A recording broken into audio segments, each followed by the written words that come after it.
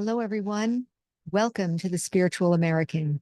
My name is Dr. Ann O'Hare, and I'm your host. And today we're going to be talking about maintaining my dignity. I'm going to explain a little bit about what I mean by that. But before we get started, please consider like, sharing, and subscribing. As you know, that helps us reach out to many more people. And also, please consider sharing with your family and friends so they can take benefit as well. Today, we're talking about maintaining my dignity. And specifically, I'm going to talk about maintaining my dignity in the face of behaviors where maybe I have not been dignified. And I made a list of things like anger. The next episode is going to be on anger specifically. So we'll talk about it a little bit here. Helplessness, blaming, confusion, dependency, and control. So we're going to talk about some of these. It's weird to talk about these things because a lot of times we talk about the scene, right? Like I said this, and then this one yelled at me, and then I yelled at this one. And then we always tell a story when we're talking about these aspects of our life.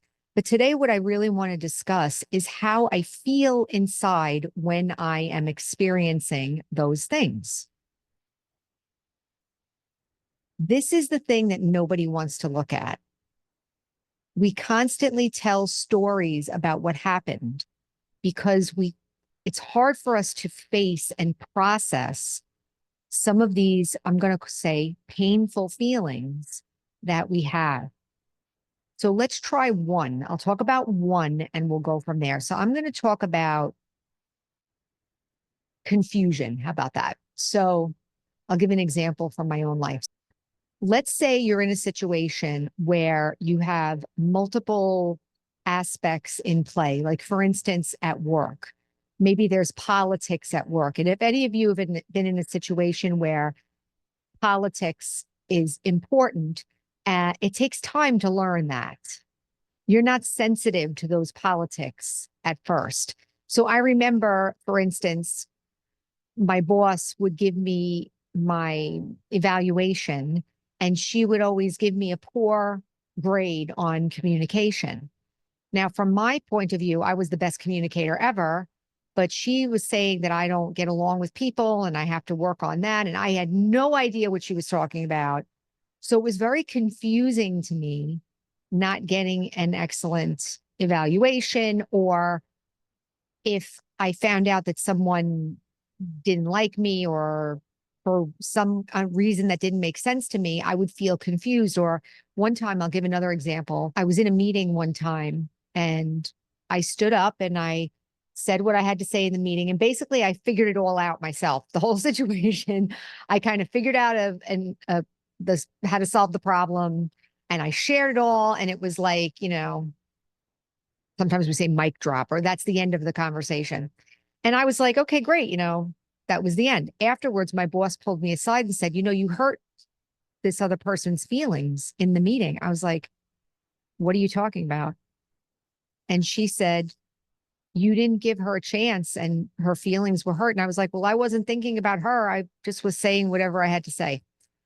So the confusion part, I want to say, is that I didn't really understand what was being said to me. So maybe you can think about in a time in your life where somebody said something to you and about you, and it didn't make a lot of sense. And how did you react at that time? Well, I'll tell you how I reacted. I got defensive. I got arrogant. I started talking to everybody else about how terrible my boss was and how ridiculous it was that she said that to me and so forth. So where does this get into maintain my dignity? Me running around and gossiping about my boss or complaining about my boss is not really showing that I'm a good employee or a team player or mature or, developed in a sense.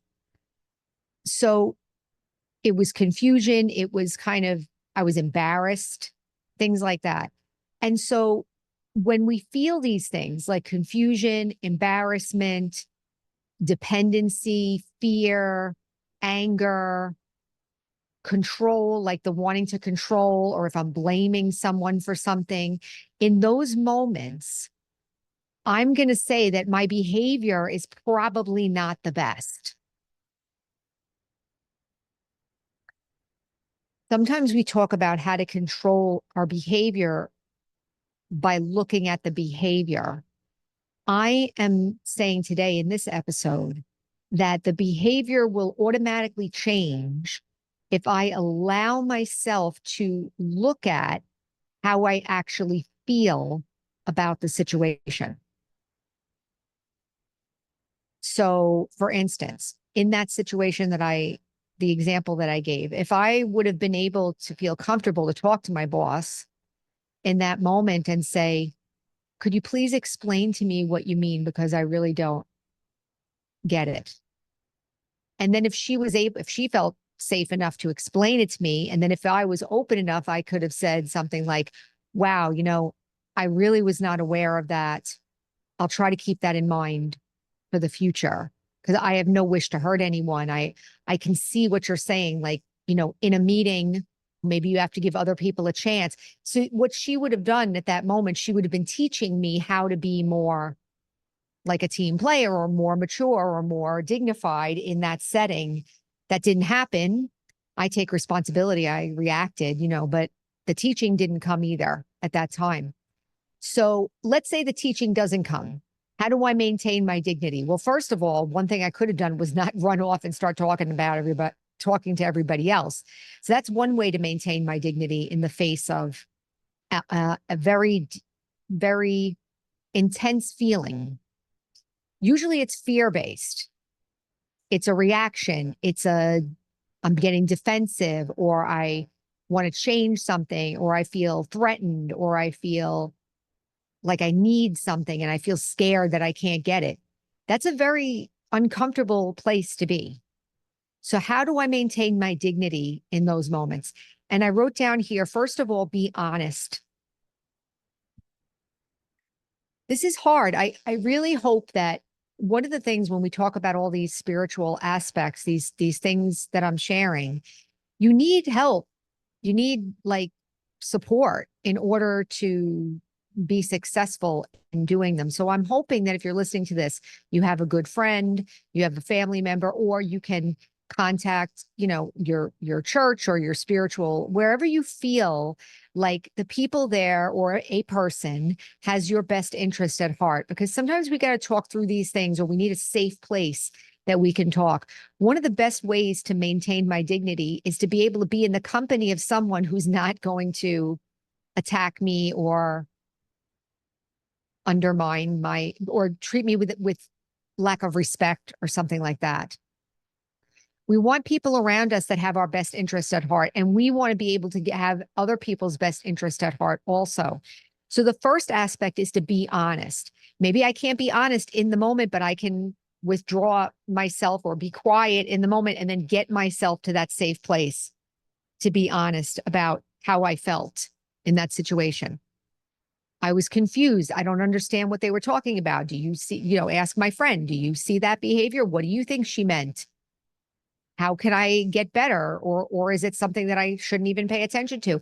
There are times where things happen where it's not really related to us and we can chalk it up to, them being them, whoever is doing this situation. But generally I do check and see, is this something I need to look at?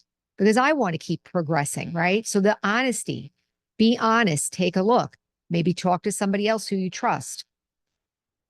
The second aspect is understanding the spiritual effort that I'm trying to make. So I'm trying to move from a reactive, out of control kind of, sometimes say acting like a fool. And it's so amazing as I'm sharing this. I wonder how many of you can relate to this, but the worst pain for me in the whole world, the worst by far, like nothing even comes close, is to walk away from a situation feeling humiliated or feeling like I acted like a fool, that my value was not shown in that scene, and that now I have to walk away and feel the pain of my behavior and how how it showed up, or maybe I don't even understand it fully yet.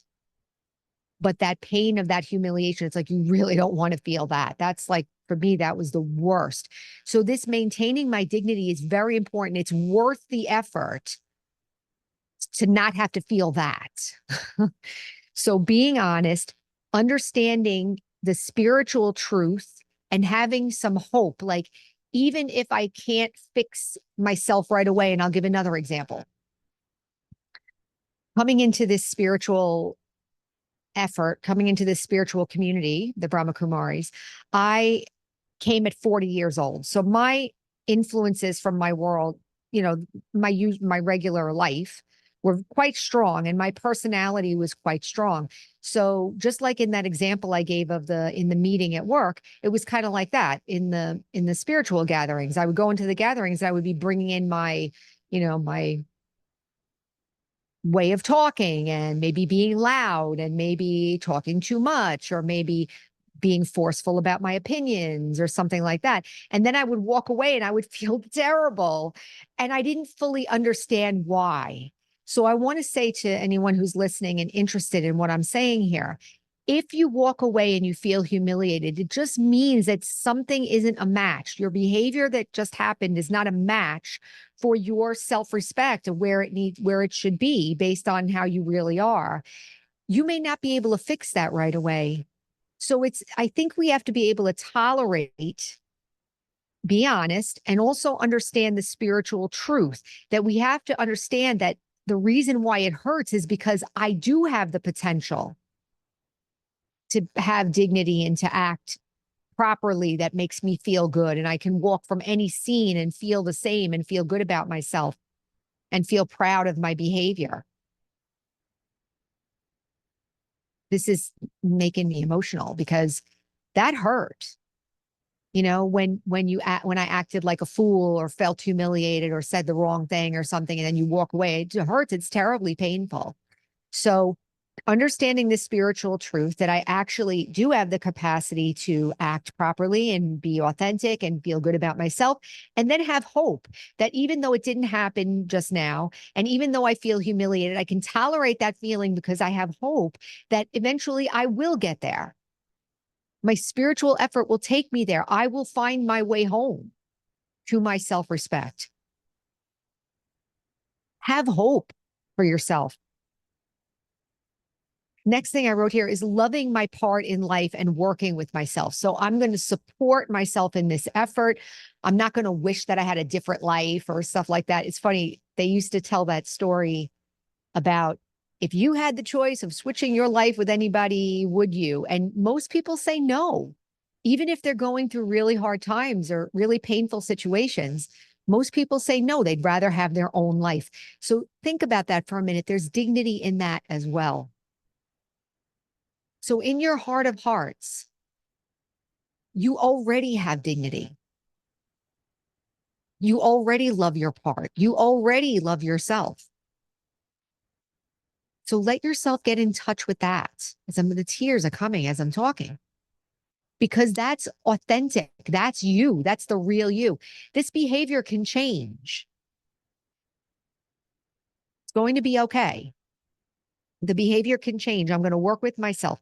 Have patience. Patience. Understanding that as I practice, as I meditate, as I study, I'm learning and I'm learning. And as I learn, I'll do better. You're going to have to tolerate. You're going to have to tolerate those uncomfortable times for a while until you get the hang of it, just like politics or just like anything, just like how can I have this vision sometimes of like, the bull in the china shop. We're going to learn how to be the bull in the china shop that doesn't break anything. So what do I mean by that? I'm going to learn how to be in every situation without causing myself pain or causing anybody else pain. No sorrow. I'm not giving sorrow. I'm not taking sorrow. And that's another spiritual principle. Don't give sorrow. Don't take sorrow. So I'm not going to feel bad, and I'm not going to make anyone else feel bad, but I have to learn how to do that. And then finally, find like-minded people, like I mentioned before. So get yourself a group of people who you feel safe with, who you feel have your best interest at heart and are also on the same journey. Because then you can share experiences and tips and, what worked for me, what worked for me. And I can tell you that coming from a situation where even growing up in my first marriage relationship, at work, even coming into this spiritual group that I'm working with now, I felt very helpless at times, confused at times, uncomfortable at times. But I'm going to say that my own effort, my own honesty, patience, love for myself, and studying this spiritual knowledge and applying it, as well as practicing connecting with my higher self or God or whatever, practicing that, I actually have inside of me the potential to be elevated, the potential to have dignity, almost like royalty. Not royalty like we see out there, but the feeling of royalty inside, not against anyone, but the feeling of I am elevated, I'm good, I'm special, I'm a good person. And then my behavior begins to shift. It's actually a learning curve because I have to learn how to be that bull in the china shop without breaking anything. And that takes time. Things will break here and there, and I have to learn. I have to tolerate. Tolerate meaning I don't abandon myself or get mad at myself when I don't act perfect. I have to be able to withstand that moment of having the humiliation, knowing that it's my responsibility, and then knowing that I'm moving towards, it won't always be that way. That was one of my experiences. And maybe I'll leave you with this. If this is something that you're thinking about, like maybe you want to change your behavior, maybe you're like me, you just don't want to feel humiliated. You feel like you're a really good person, and it's difficult when you feel like a fool, or you feel like angry or helpless or blaming or confused or dependent or controlling or angry, So when you feel any of those things, it doesn't feel like it's really me. Being able to tolerate while you're looking at the future for yourself, or looking at your higher self, or looking at God, or looking at your potential, takes courage and power. And as you do that, you are building up your dignity. Once you get your dignity, let's say, or your self-respect in a certain area, nothing is going to pull you out of it again, because you made it through it. You finished the old behavior. You tolerated it. You were honest. You were patient. You got help. And now you're over it. And now you're in a position to help others too with that. So I'll leave it at that today. The main thing is that we have a tendency to look at the behavior and the situations rather than the feelings. And I would like to invite you to be courageous and realize that you really don't want to feel bad. You don't want to feel sad. You don't want to feel angry. You don't want to feel bad about your behavior. I didn't. And so spirituality, in my experience, has been the only thing that has been able to make me move away from those behaviors, find my self-respect, maintain my dignity in all situations. And like I said, there are still areas where I'm working on it, but I have experience now. So I know, like, I don't have that debilitating humiliation. Actually, I had it one, I don't know how many months ago, but it was gone for such a long time. And then it came back. What did I do?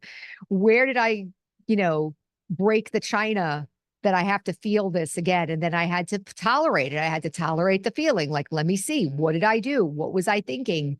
Where did I let myself feel upset in this situation? And how can I, adjust it for the future? So I'll leave it at that. Please comment if you like. We're going to start hopefully a community here, and we can support each other too in these circumstances. Remember, our slogan is heal, empower, and serve. And in this case, I think we're talking about empowering, right? Because when I feel all those things that I was talking about, I definitely don't feel empowered. So through spirituality, we heal wounds, we empower ourselves, and then we're able to help others too. So thank you all for being here. And until next time, take care.